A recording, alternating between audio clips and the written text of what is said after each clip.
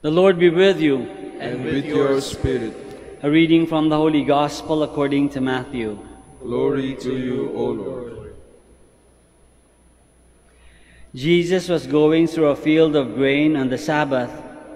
His disciples were hungry and began to pick the heads of grain and eat them. When the Pharisees saw this, they said to him, "See, your disciples are doing what is unlawful to do on the Sabbath." He said to them, "Have you not read what David did when he and his companions were hungry? How he went into the house of God and ate the bread of offering, which neither he nor his companions, but only the priests could lawfully eat? Or have you not read in the law that on the Sabbath the priests serving in the temple violate the Sabbath and are innocent? I say to you, something greater than the temple is here. If you knew what this meant, I desire mercy, not sacrifice, you would not have condemned these innocent men. For the Son of Man is Lord of the Sabbath." The Gospel of the Lord. Praise to you, Lord Jesus Christ. Please be seated. Magandang umaga po ulit sa inyong lahat and welcome to the Minor Basilica of Our Lady of the Rosary of Manaoag. Meron akong kaibigan, napaka-positive sa buhay. Parang walang no sour bone, no bitter bone in his body. Masyadong lahat na lang, very positive ang pananaw sa buhay. So much so that ang tatawagin natin siya, siyempre hindi ko pwedeng sabihin yung tunay na pangalan. Tatawagin natin siyang Pipito. Bakit? Kasi yung asawa niya, sabi tungkol, kinukwento about him, kinukwento na ito daw asawa niya si Pipito. Kahit bumabagyo, kahit bumabaha na, he would be walking around and doing whatever he needed to do. Pumipito pa rin. Sobrang positive. Kahit umiikot-ikot ng hangin sa paligid niya, pumipito pa rin. He was so relaxed and so positive that the storm and the rain did not disturb him. He was just whistling as he went around doing whatever he needed to do. He was very, very positive. Kaya masarap kasama. Maganda kasama itong si Pipito kasi very positive. Walang reklamo. Lahat na lang nakikitaan niya ng mabuti, ng maganda. Lahat na lang nahahanapan niya ng pwedeng pasalamatan. Very positive. Siguro siya yung kumakatawan dun sa expression na count your blessings. Kasi sa lahat ng bagay na tinitignan, araw-araw, merong blessing na nakikita, merong positive na nakikita. At nagpapasalamat, masaya. Dahil dyan, masaya siya. At yung tao sa paligid niya, people around him, are also just as happy because he was happy. Happiness is infectious. Di ba? Nakakahaway ang happiness.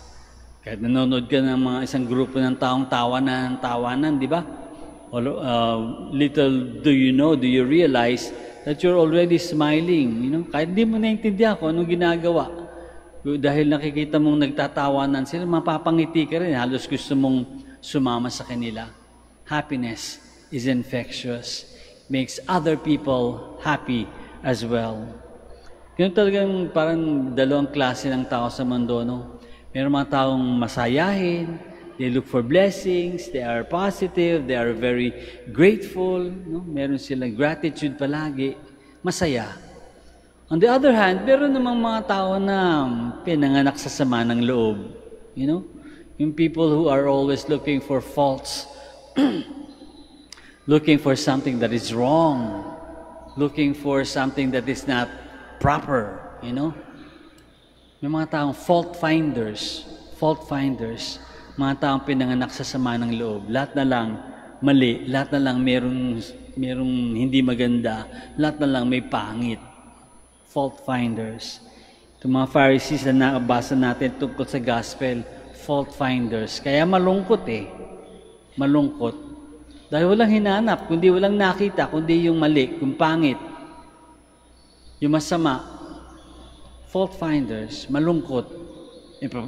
Bakit ka sasaya? Pasasalamatan mo ba yun? Lahat ng makikita mo, yung hindi maganda. Lahat ng napapansin mo, yung mga pangit. Paano ka magpapasalamat? Paano ka sasaya? Yung mga fault finders, malulungkot. Malungkot, madaling tumanda. Laging mapanghusga. Diba? Mapanghusga. Magkakambal yun eh. Yung fault finders, yung reklamador, yung laging hindi maganda nakikita, tsaka yung mapanghusga. Kasi susunod na dun sa fault finding is judgment. And these people, kung tayo mapasama dun, huwag naman sana, hindi masaya. Walang pinapasalamatan eh. Walang nakikitang maganda. Walang papasalamatan. Malungkot. At pag malungkot, sabi ko nga, pintasero, judgmental, lagi na lang ay madaling tatanda. So siguro sa araw na ito, kaya nga siguro sabi ng Panginoon dito sa Gospel, keynote niya, sabi niya, sabi daw,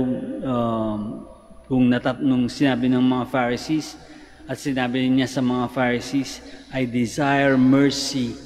Nasabi ng Diyos, I desire mercy, not sacrifice. Hindi yung mga,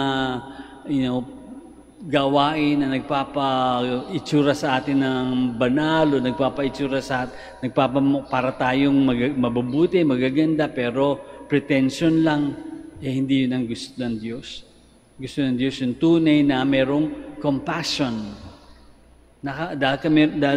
Kaya ka merong compassion, kasi nakikita mo, merong kabutihan, merong kagandahang mangyayari.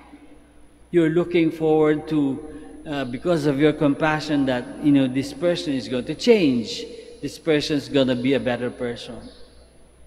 So we ask God today, and we ask ourselves, tanungin natin ating sarili, how can we become more compassionate? I presume that we are compassionate already.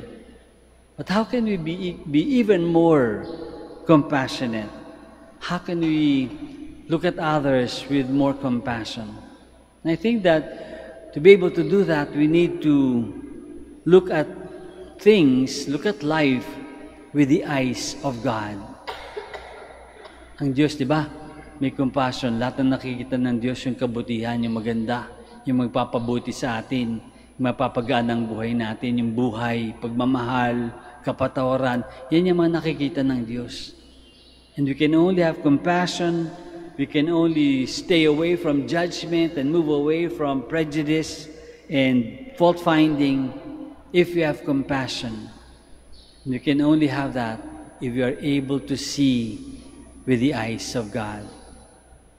We ask God then to help us, to give us His sight, give us His way of looking at things so that we can be more compassionate and happier.